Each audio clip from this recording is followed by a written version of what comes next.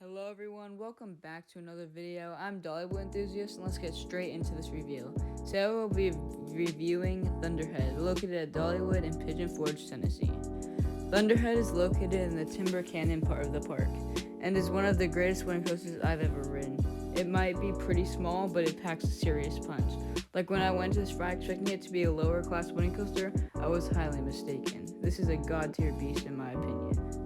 Now, Thunderhead has 3,230 feet of track and has a height of 100 feet and a drop of 100 feet, and its top speed is 53 miles per hour. The manufacturer of Thunderhead is GCI, also known as Great Coasters International. And Thunderhead has been operating since April 3rd, 2004, and got new wooden track over the 2022 off-season in some areas of the ride, which I could feel changed different when I rode it this year. I went on May 12th because that's when Big Bear Mountain opened, so I went there on the preview day, and then obviously I rode all the rides here. But this has an immediate difference, which was amazing. But yeah, Thunderhead is not something to be spoken down on. Thunderhead is like so intense, it's crazy. And the station flyby is so nice. I love when winning coasters add that. Like it's like a nice special touch to winning coasters. And then also, this ride is amazing. They do not ruin this experience for you. They do not like put the restraint down all the way. You get serious airtime on this thing with those restraints. Just the one pull down bar and a seatbelt, I believe. It's just so comfortable and amazing, and I just love this ride. It also has Millennium Flyer trains, I believe, and those also just help the experience. I love this ride so much. It can sometimes be rough. Like, you would have to think about the conditions. Like, it's pretty slow in the beginning of the day because this doesn't have that heat and wear and tear to where it can fly through the layout. But if you can get it in the middle of the day to the end of the day, you'll get an amazing ride on this, especially nighttime. Nighttime rides are amazing on this ride.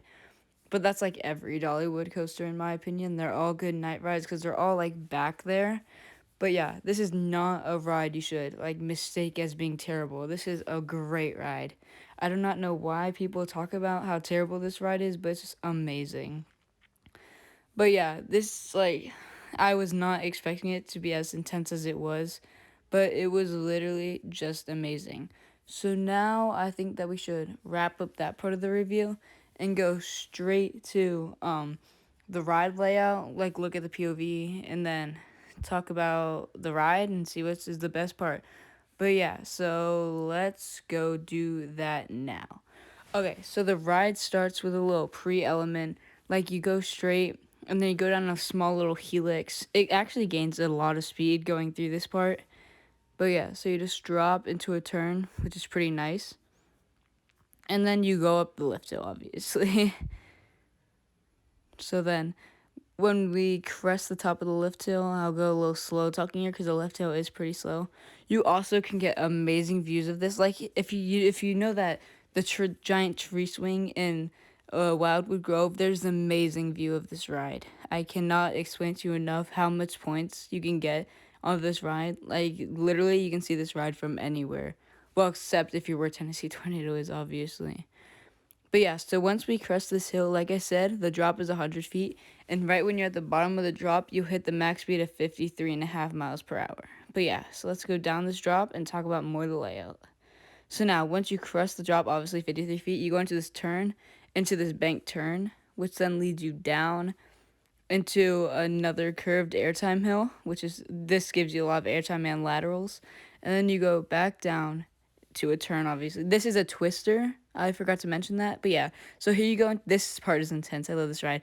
And then you go down and then into the station flyby, as I said, which get that drop out of it gives you a lot of airtime, which is amazing.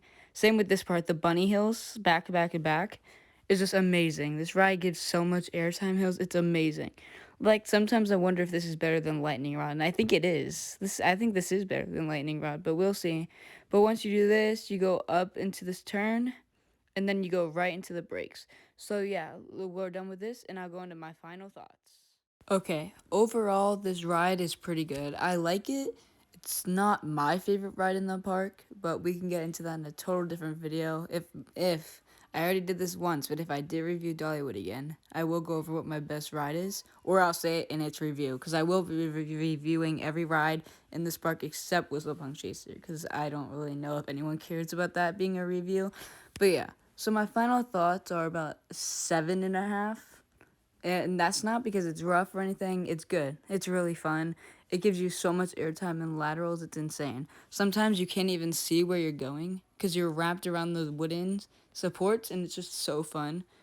But yeah, this isn't like for people that hate roller coasters. Like if you hate roller coasters, you might not want to ride this.